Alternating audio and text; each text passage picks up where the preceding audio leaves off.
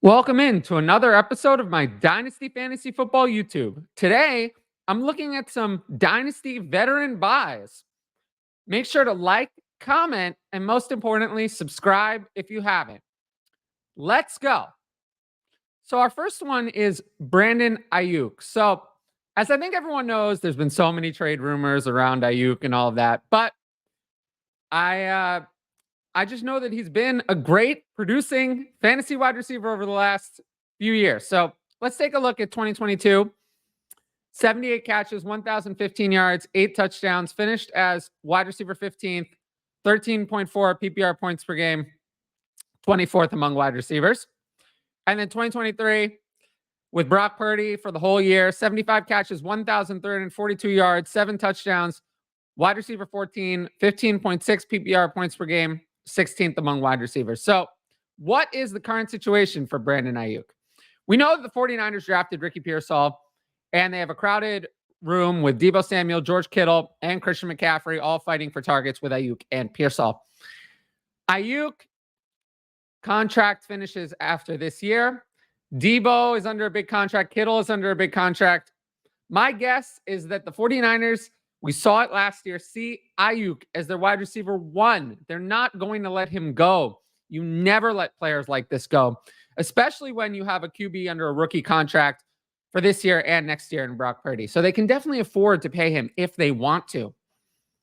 On KTC, Aiyuk is valued at wide receiver 15, but I have him at wide receiver 11. I think that he's a player you can count on for multiple years, and he's not old like some of the other players in that range, like Tyreek Hill, who's 4 years old, they're already 30. But he's more proven than some of the younger players in that range, like Drake London or incoming rookie Rome Odunze. So how could you acquire Brandon Aiyuk? I have 3 trades to buy him.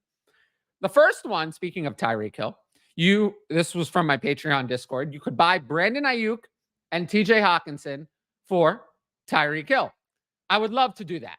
Yes, you're going down in production from Hill to Aiyuk, but you're getting younger and getting a highly productive tight end in TJ Hawkinson, or you could flip TJ Hawkinson, which I would love to do.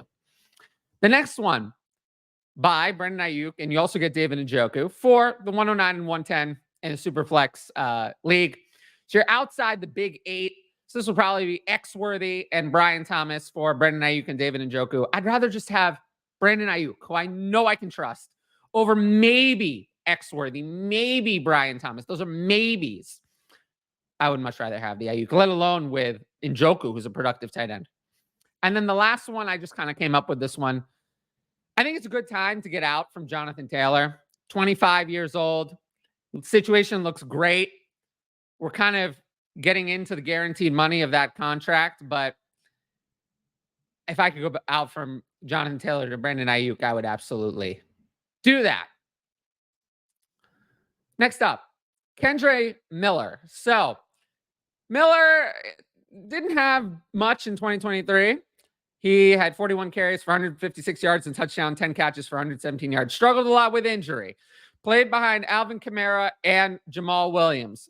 But right now, both of those players are 29 years old. They're still the only other running backs on the depth chart. Jamal Williams is finished, cooked, done. He looked horrible. I mean, really bad. If he didn't have guaranteed money that said that it would actually cost the Saints money to cut him, he would not still be on this team. He is done. Alvin Kamara actually was still pretty good.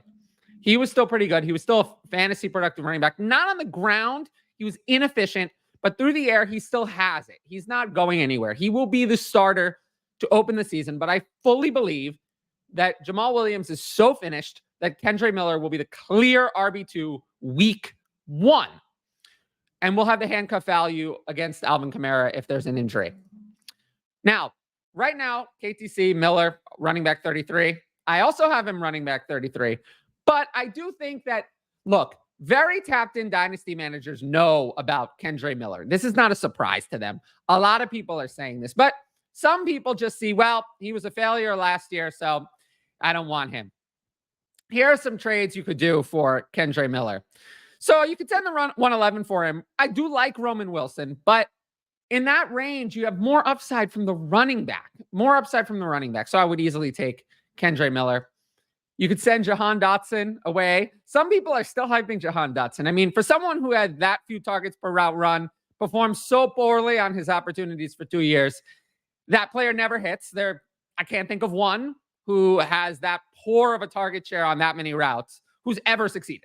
So I'll take the running back who, running backs break out much more randomly because running back opportunity is given while wide receiver opportunity is more earned. So we know Jahan Dotson failed at earning opportunity, so I'd take the running back who has a better chance to break out. And then lastly, Devin Singletary. The situation looks good for the Giants, but I just find that Devin Singletary is very meh. Very meh. I don't think he's going to have the same success on the Giants offense as he did, on the Texans. Even Saquon Barkley, while he was great, still struggled to produce at times in the Giants offense. And Devin Singletary is no Saquon Barkley. Last up, Geno Smith. So Geno Smith, I think people would think if I asked them, he was great in 2022 and he was horrible in 2023. I think that's what people would say. It's true that he was better, but that's not quite an accurate comparison. So let's look. 2022, 69.8% completion. That's really good. 4,282 yards. It's good. 30 touchdowns, 11 interceptions. Solid. 7.5 yards per attempt and 68 carries, 366 yards and a touchdown. He was QB5, 18.5 points per game, 9th among quarterbacks.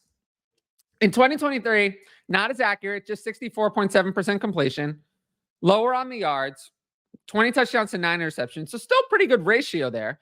7.3 yards per attempt, not bad. And 37 carries for 155 yards and touchdowns. So the biggest difference between his 2022 production and 2023 is actually the lack of rushing production. He had over 200 fewer rushing yards. Now, what does Smith's situation look like this year? He has the same wide receiver trio that he did in 2023. Still has DK Metcalf, still has Tyler Lockett, and he has Jackson Smith and Jigba in year 2. DK Metcalf is in his prime. JSN is going to be better in year 2 than he was in year 1.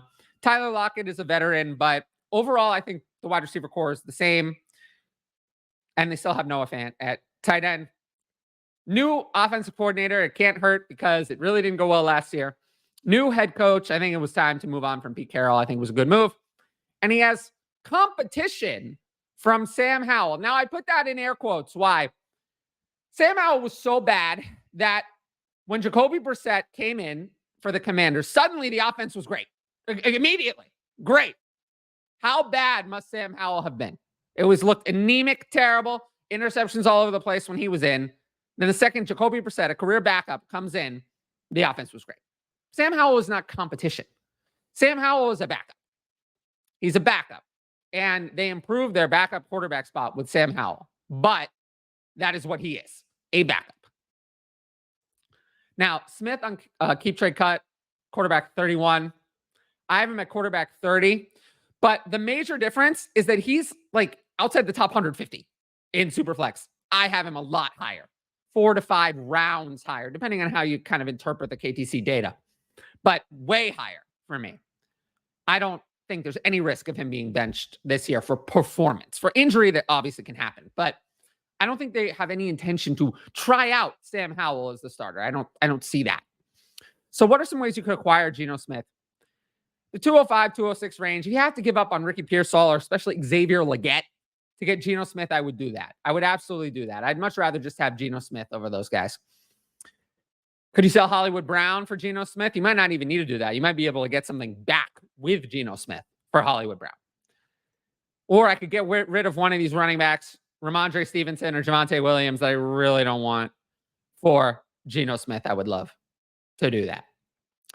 Now, I do have one piece of news I want to talk about, so let's jump into it. Rashee Rice and his legal issues. Now there's a new investigation for hitting a photographer at a club. So I don't know where that's going to go. I mean, we don't have a lot of details. There's a lot of things going on. But I do think it's very clear we cannot just excuse the original incident of street racing as a one-off. Now we have a pattern of behavior. And I have heard, I cannot confirm, but I have heard that there was a lot of problems at SMU, many different issues I've heard about that was put under wraps during the pre-draft process, caused him to fall a little bit in the draft. Teams were not so interested in him because of these issues. So now it's all seeming to come out. I wouldn't be surprised if we hear more about that. Now, we know that for the NFL, actions in college don't affect the disciplinary process. So that's not going to matter for the length of his suspension. It just matters for my evaluation of how likely he is to have another issue. At this stage, I expect Rice to miss a minimum of 6 games. Could even be 8 to 10 games, or maybe the exempt list could come into play now that there are 2 cases. I also think that, people could look past one incident. You make a mistake. Everyone makes a mistake. You could make a mistake. Now there are 2 problems. People are no longer going to see that as a mistake. I don't think dynasty managers will forget anytime soon that Rashee Rice is a troublemaker, which will hurt his dynasty value because there's a risk. What is the biggest predictor of future incidents? Past incidents. So there's a risk. There's a risk. You have to understand that there's risk. So for those reasons, I've moved Rashee Rice down from wide receiver 28 to wide receiver 32. You got to understand, Rashee Rice is not Tyreek Hill. Tyreek Hill is irreplaceable. Irreplaceable. You cannot replace Tyreek Hill.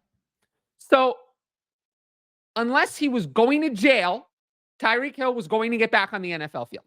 He was going to, because he's irreplaceable. Rashee Rice is not irreplaceable. They drafted a wide receiver higher with a far better profile than Xavier Worthy coming out of college. Marquise Brown is a good player. Rashee Rice is a good player too, but he's not irreplaceable, and he comes with extreme risk. So I'm probably just not interested in Rice.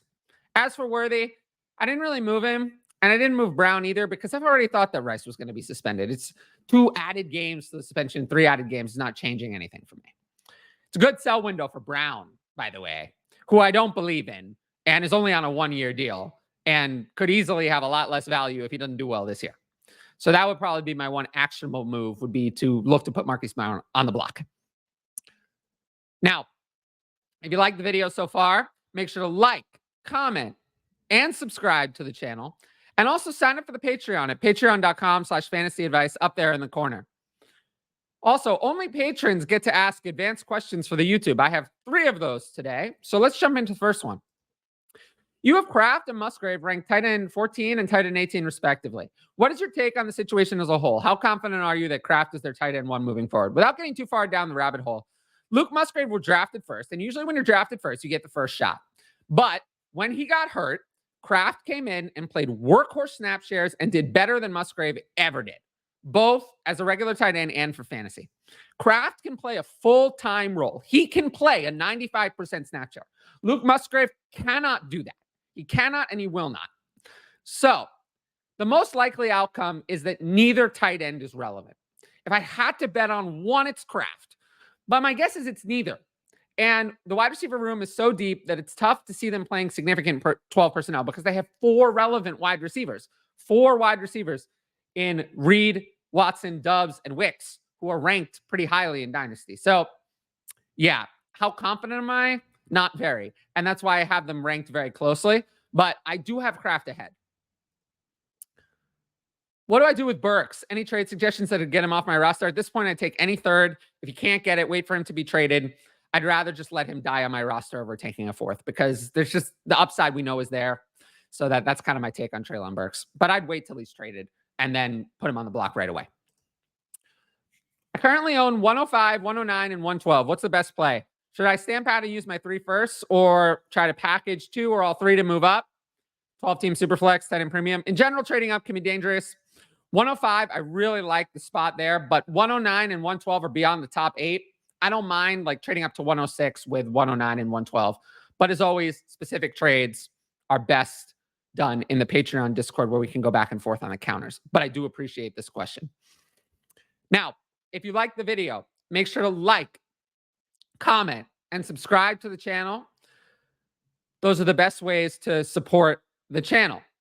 In addition, don't forget to hit that notifications bell so you can be notified about all my exciting content as it drops. If you want my best Dynasty Fantasy Football advice, it's available on the Patreon. Every sign up helps support my independent content.